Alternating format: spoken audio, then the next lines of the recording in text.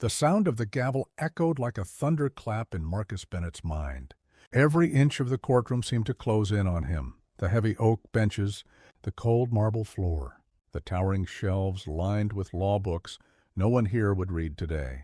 Above it all hung the portrait of a long-dead judge, his painted eyes glaring down like he knew how this would end.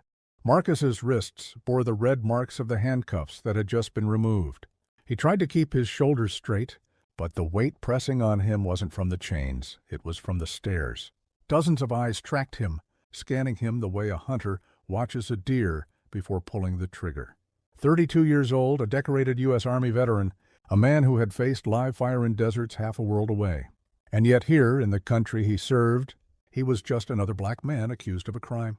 The charge, resisting arrest and assaulting a police officer. Across the polished floor, Officer Daniel Crowley sat in crisp navy blue, his posture perfect, his jaw clenched. He didn't look at Marcus, not once. He didn't need to. Crowley's version of the night had already been fed to the jury, to the press, to anyone who would listen. Marcus had been aggressive, dangerous, unpredictable, the kind of man who needed to be taken down fast. But Marcus knew the truth. And so did the one person still fighting for him, his attorney, Lydia Harper. Lydia had been preparing for this trial for months. In her hands she carried not just files and exhibits, but the only hope Marcus had of walking out a free man. The air in the courtroom was tense enough to slice through.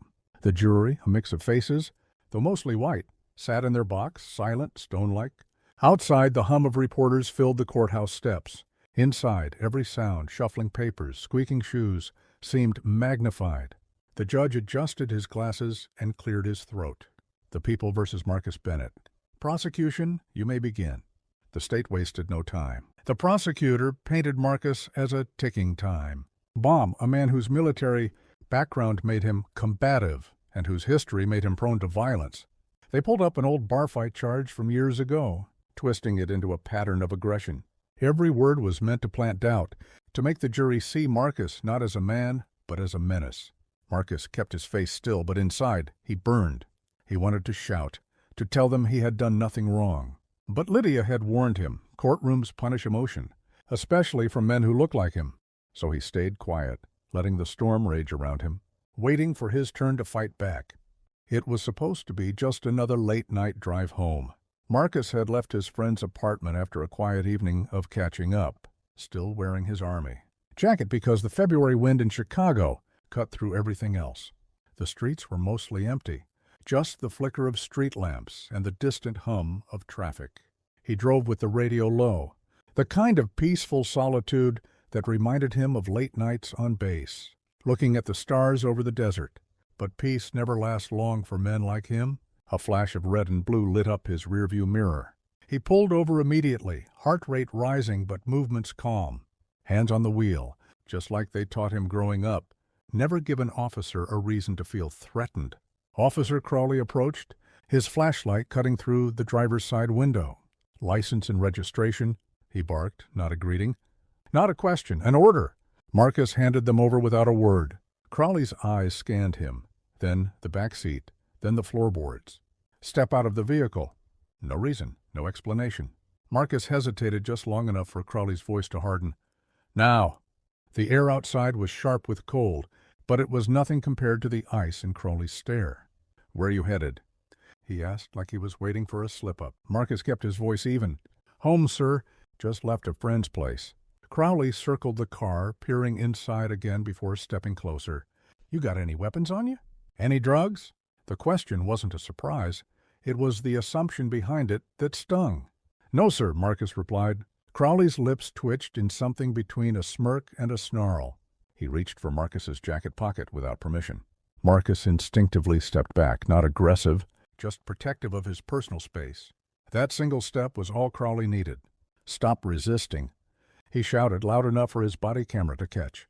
His hand clamped on Marcus's arm, twisting it behind his back. Marcus stumbled forward, the metal of the hood cold against his chest. I'm not resisting, he said, voice rising over the rush of adrenaline. But by then, Crowley had already decided what this story would be. The moment Crowley locked the cuffs around Marcus's wrists, the world seemed to tilt into something surreal. The cold bite of the steel wasn't just physical, it was the sting of humiliation, the ache of knowing his word meant nothing in that moment. Marcus's mind raced back to his years in the Army, where discipline, honesty, and integrity were non-negotiable. He had served under the flag Crowley wore on his sleeve, and now here he was, being treated like a criminal in the country he'd risked his life to protect. Crowley shoved him toward the squad car, ignoring his protests. "You're under arrest for resisting and obstruction," the officer said flatly. "You can explain it to the judge." Marcus tried to speak, but Crowley's grip tightened. It was clear anything he said would be twisted against him. Inside the car, Marcus stared out at the city lights blurring past. His phone buzzed in his pocket. His sister was calling. He couldn't answer. He wondered what she'd think when she got the news. By the time they reached the precinct, the story was already being written in a police report, one carefully crafted to make Marcus the aggressor. Crowley didn't mention the lack of probable cause. He didn't mention the way he'd grabbed Marcus first.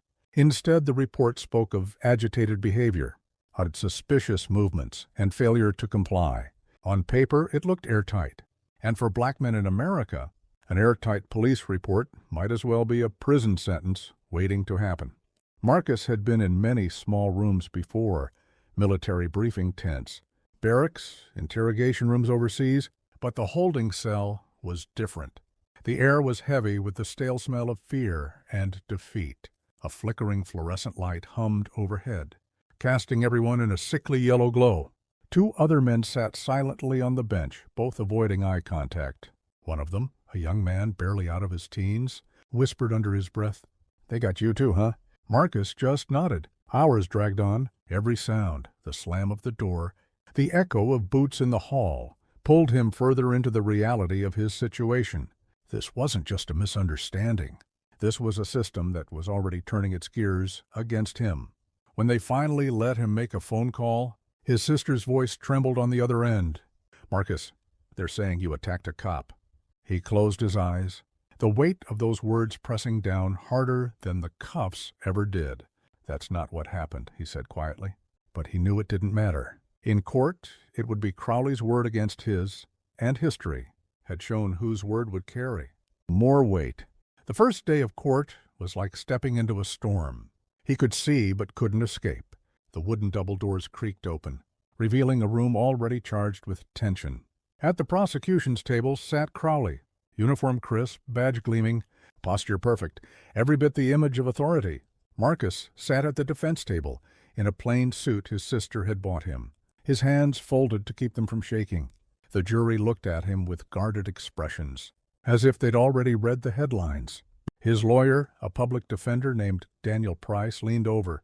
"Remember, don't react to anything he says, no matter how wrong it is." "We'll fight this." Marcus nodded, though deep down he wondered if fighting was even possible in a place like this.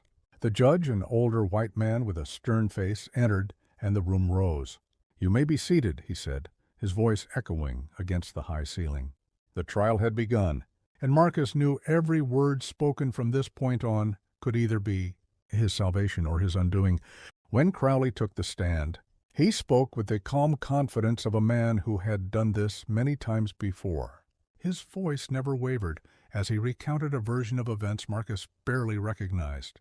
"The suspect appeared agitated," Crowley said, locking eyes with the jury. "When I approached to ask for identification, he became verbally aggressive, then attempted to walk away. I feared for my safety and the safety of others, so I detained him." His lawyer handed him a printed police report, and Crowley read from it as if it were gospel.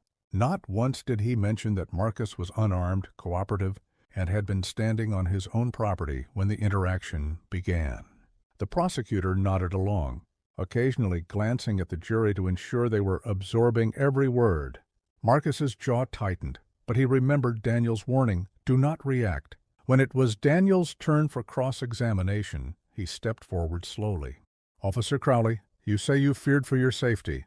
Was Mr. Hayes carrying a weapon?" "No." "Did he raise his voice?" "Yes." "Did he physically threaten you in any way?" Crowley hesitated just for a fraction of a second. His posture was aggressive. Daniel leaned in. "Aggressive posture is subjective, officer. Isn't it true you grabbed him first?" Crowley's face hardened. "I was doing my job." But Marcus saw it, just a flicker, in the eyes of two jurors. Doubt. When they called Marcus's sister Angela to the stand, the air shifted.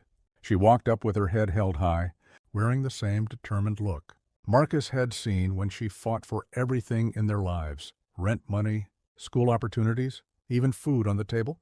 Her voice was steady, but her hands betrayed a slight tremor as she placed them on the Bible. "I was on the phone with my brother just before it happened," she told the courtroom. "He said a police officer was approaching. I stayed on the line and heard everything. I heard him say, 'I'm just waiting for my sister.' I heard the officer tell him to put his hands behind his back, and I heard my brother say, 'Why? What did I do?' Then I heard a struggle." Her voice cracked on the last word, but she pushed on. "My brother didn't raise his voice until the officer grabbed him. He wasn't a threat. He wasn't doing anything wrong." The prosecutor tried to discredit her, suggesting her emotions clouded her memory. But Angela didn't falter. She looked straight at the jury. "You can call it emotion. I call it truth." After days of testimony, the closing arguments painted two very different pictures. The prosecution framed Marcus as a man who refused lawful orders, whose defiance could have escalated into violence if not for Crowley's professional intervention.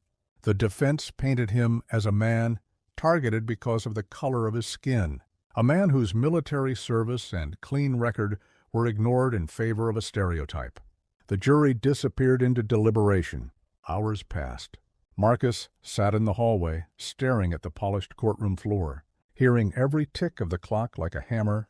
When the jury finally returned, the foreman stood.